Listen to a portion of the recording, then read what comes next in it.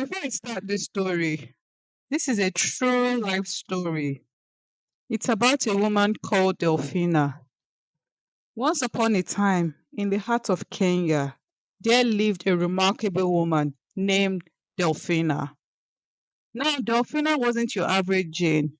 She was a fierce mama bear with four children to raise and a heart of gold. But life hadn't been kind to Delphina. You see, Delphina was married to Daniel, an overweight abuser, and a chronic liar for 10 years. Her days were a relentless cycle of enduring her husband's abuse and turning a blind eye to his infidelity. Delphina was a full time housewife and she relied on Daniel for everything. Daniel started dating Veronica, a 30 years old girl. Veronica would come to the house and threaten Delphina countless of times, and Daniel would just turn a blind eye. One day, she met a friend that advised her to seek asylum in Canada, and Delphina sees a tiny speck of light at the end of the tunnel. She embarked on the journey of how to apply for such with no qualification and no experience. She tries everything. She prayed, she fasted, you name it. But she feels like she's hitting a brick wall at every turn. So one fateful day, Delphina drops her kids off at school, and her children's teacher pulls her aside for a heart to heart to find out why the kids are not doing so well in school. Delphina explained the situation at home to her and what she was facing with her husband. The teacher was moved and decided to help Delphina in any way possible. She thought of reporting Daniel to the police, but Delphina said no. Rosemary, the teacher, thought of an idea to send teachers to Canada for special needs training, and she thinks Delphina will be perfect for the gig.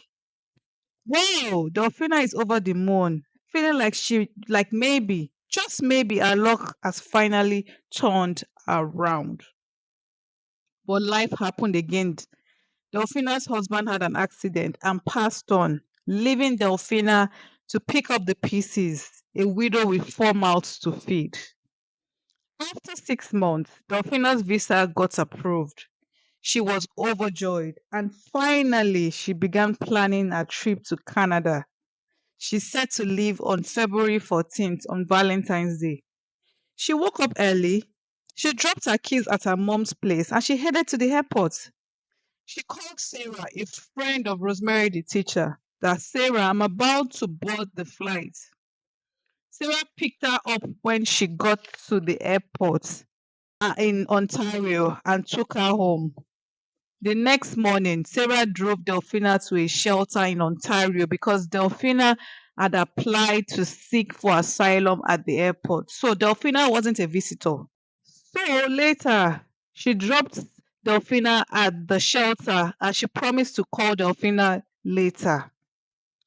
Sarah later called Delphina to find out what was going on, and Delphina explained to her that they asked her to stand outside in the cold and to wait in line for her turn. Sarah told her that she should do as they told her. She said okay.